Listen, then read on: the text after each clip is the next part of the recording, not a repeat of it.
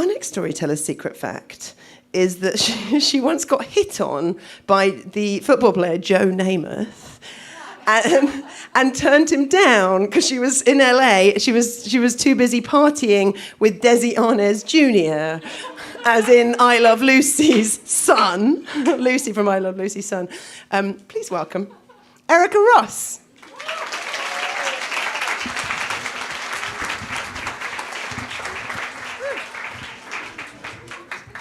I got no notes, so if I blank out, we're screwed.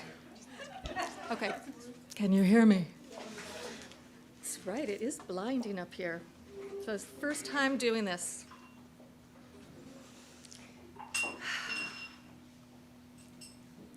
Every month, I sat in my house in Philadelphia, crying, watching my husband pack his bag to go to New York for the weekend, to be with the person who was my best friend until I discovered their affair.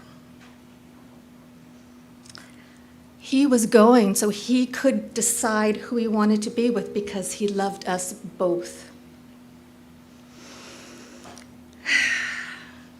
I stayed month after month, nauseous, heartbroken, could barely eat. I felt like I had 2 knives in my heart.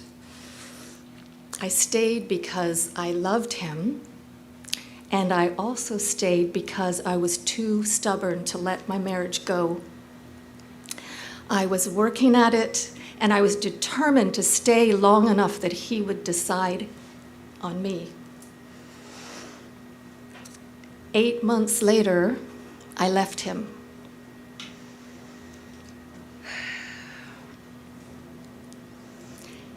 Two years later, my life is drastically different. I'm living back in New York City, a home that I love. I'm in my mid-30s. I have a boutique in the Lower East Side of Manhattan called Island Electric. I'm designing and creating a clothing line of the same name. And I'm doing art. I have rock star clients. I'm partying in the nights, going to clubs. I own a snake named Secret that I would wear around. She was in the store with me. I lived in the back of the store. I would do fashion shows with her. And just when I would get tired of the busyness of New York, I would go to Bali. My ex-partner, business partner, and I had this incredible arrangement that we would take turns switching places every 6 months between Bali and New York. So overseeing production of our clothing line in Bali and watching over our boutique in New York. When I was in Bali, I worked 6 days a week, Monday to Saturday. I had a beautiful home. I had a motorbike that I rented for my assistant to drive me around because I was too scared to ride my own bike. And he would take me through the rice fields to the batikers, and I would go to Denpasar, the capital of the city, and grab these big bundles of cloth, and would go to shippers. And my ex-partner and I we created a big home or compound for our tailors and sewers, so I would spend time there with them. By night, I was doing improvisational dance performances, not with a snake. It was a magical time. I had friends that were from all over the world that were my neighbors. I was meditating, was feeling really good. And because it was only 5 minutes away, I used to bicycle down to the beach on my day off on Sundays, and often after work to watch the sunset. One Sunday, I put on my bathing suit and I wrapped a sarong around me and put on my flip-flops and got on my bike and went down to the beach. This beach is wide and it is long. It's a really big beach, and it's got a scattering of people all around. There are people playing frisbee and sunbathing and picnicking and playing drums. And they were mostly tourists or business people like myself. And one of the things that I rarely saw were local Balinese. And I believe it's because of their mythology. They believe that the gods live in the mountains and the demons live in the ocean. Now, I don't share the same belief as them, but for some reason, ever since I was a child, I've had this deep, reoccurring fear that I would be alone in the ocean. And to make matters worse, every once in a while I would hear about someone being pulled out to sea and never to be seen again. So I'm at the beach and I kick off my sandals and I unwrap my sarong and I put it down on the beach to use as a towel, and I saunter slowly to the shore. I'm not going to go in too far, but just to the shore. Put my feet in and I can feel the water spiraling around me. It's warm. I can feel the sand underneath my toes. And I step in a little bit further, and now the water is around my knees. And I put my face up towards the sun, and I close my eyes, and I feel the warmth on my face. And I feel beautiful. I feel healthy and powerful and shiny and content. And I think to myself, Erica, you have created the most incredible life for yourself. What more could you want? And all of a sudden, I can't feel the earth underneath my feet. And I open my eyes quickly, and I look around to see if anyone is around me, and no one is around. And I immediately go into panic. And I start yelling, help, help! But I'm too far out. I'm already like meters and meters out, and nobody can hear me, and nobody sees me. So I go into that flight mode, and with all my might, I am trying to swim back to shore. My arms and my legs are flailing, my head is spinning, my heart is pounding, and with every stroke, I was going further and further back, and I realized that I was in an undertow. And then I'm underwater. A big wave has hit me, and I'm doing somersaults, and I'm swallowing water, and I come up for air. And as soon as I come up for air, I'm hit again. I go under, I swallow more water.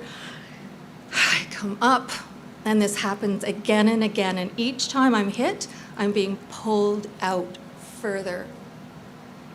So I'm thinking, this is the day I'm gonna die. I'm going to die. Oh my God.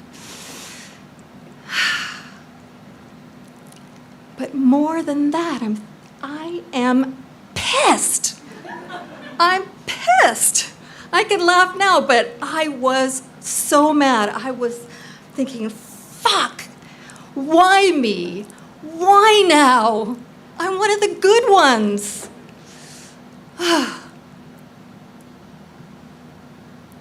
And then this strange thing happened. This peace just rose all through me. In every cell of my being, in my mind, in my heart, my body, I was at peace. My entire body went limp.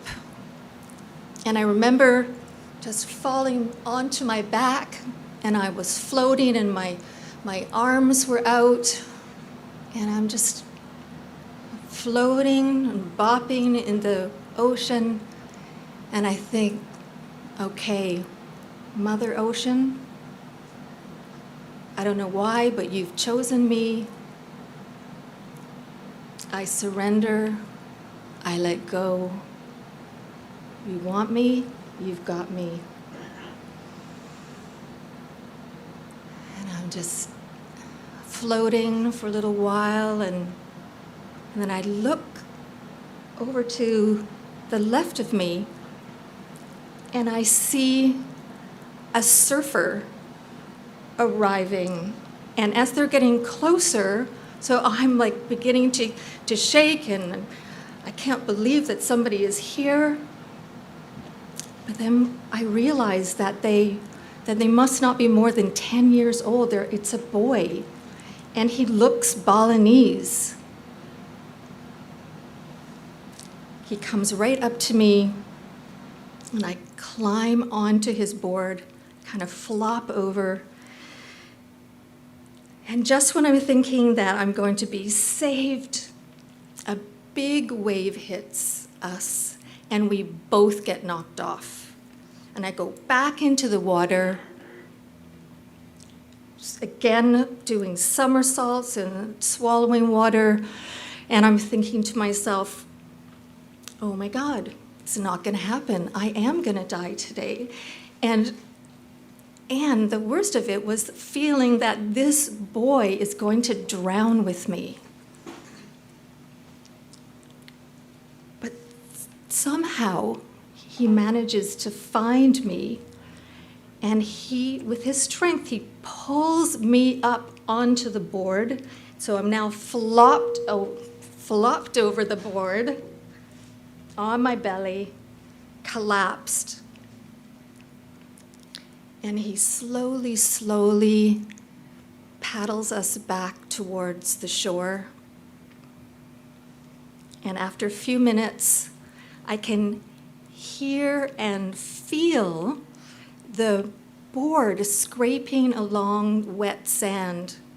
And then it stops. And I flop over, and I bury my face in the sand, and I kiss it, and I say, thank you, thank you, thank you.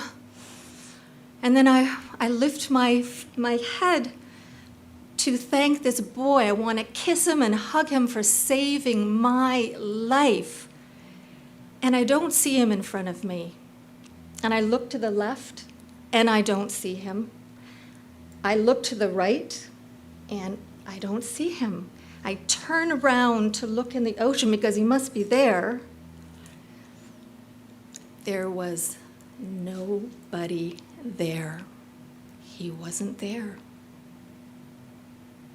And neither was the board. Thank you.